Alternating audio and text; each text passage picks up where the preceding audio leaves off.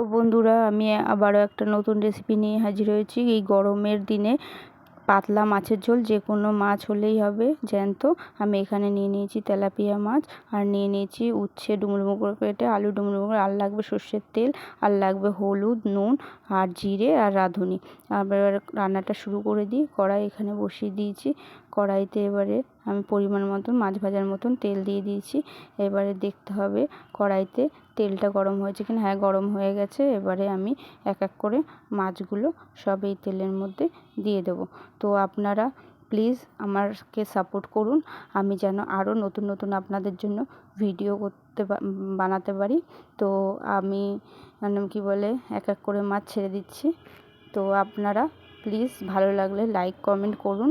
এই দেখুন মাছগুলো সব দেওয়া হয়ে গেছে। এবারে এপিট ওপিট করে ভেজে নিচ্ছি। এপিট ওপিট করে লাল লাল করে ভেজে নিতে হবে। মাছগুলো সুন্দরভাবে লাল লাল করে ভেজে নিতে হবে, যে কোনো মাছ দিয়েই হবে।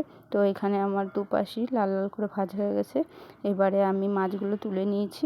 এবারে মাছগুলো তুলে নেওয়ার পরে যে কড়াইতে মাছ ভাজার পরে যে তেলটা আছে, সেই তেলের মধ্যে আমি দিয়ে দেবো এবারে জিরে ফোড়ন।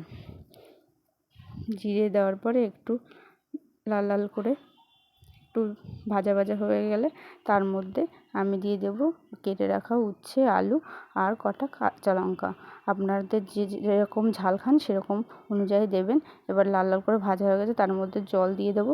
যে যেরকম ঝোল খান সেরকম ঝোল দেবেন। আমরা একটু বেশি খাই তাই বেশি দিয়েছি। তো আর একটু নাড়িয়ে নেব।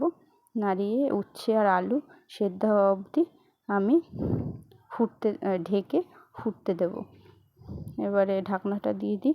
দেওয়ার পর খানিকক্ষণ বাদে আমি দেখব, ঢাকনা খুলে দেখলাম আলু আর উচ্ছে সেদ্ধ হয়ে গেছে। এবং আমি যে গোটা লঙ্কা দিয়েছি, কাঁচা লঙ্কা, তো আমার এই বাচ্চারা এই একই মাছের ঝোল খায়, তো সেহেতু আমি কমই ঝাল দেবো। তো আমি ওখান থেকে 3-4টে লঙ্কা নিয়ে হাতার সাহায্যে ডলে, তো আমি সেই কড়াইয়ের থেকে মাছের ঝোল তুলে গামলাটা ধুয়ে আমি এবার দিয়ে দেবো মাছের ঝোলের মধ্যে। তো এই যে দিয়ে দিলাম।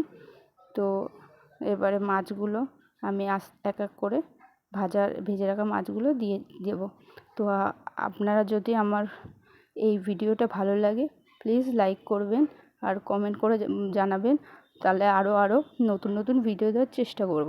এবারে আমি মাছের ঝোলটা আরেকটা গামলায় ঢেলে নিয়েছি। এবারে ওই একই কড়াই বসিয়ে তাতে একটু সর্ষের তেল দিয়ে তার মধ্যে রাঁধুনি ফোড়ন দিয়ে হাতা দিয়ে একটু নাড়িয়ে নিয়েছি। এবারে নাড়িয়ে নেওয়ার পর আমি ওই তরকারি আবার আমি কড়াইতে ঢেলে দিয়েছি। দেওয়ার পর দেখুন কত সুন্দর মাছের ঝোল হয়ে গেছে। আপনারা অবশ্যই বাড়িতে একবার খেয়ে দেখবেন আপনাদেরও খুবই ভালো লাগছে। আর প্লিজ আমার পাশে থাকবেন আপনারা।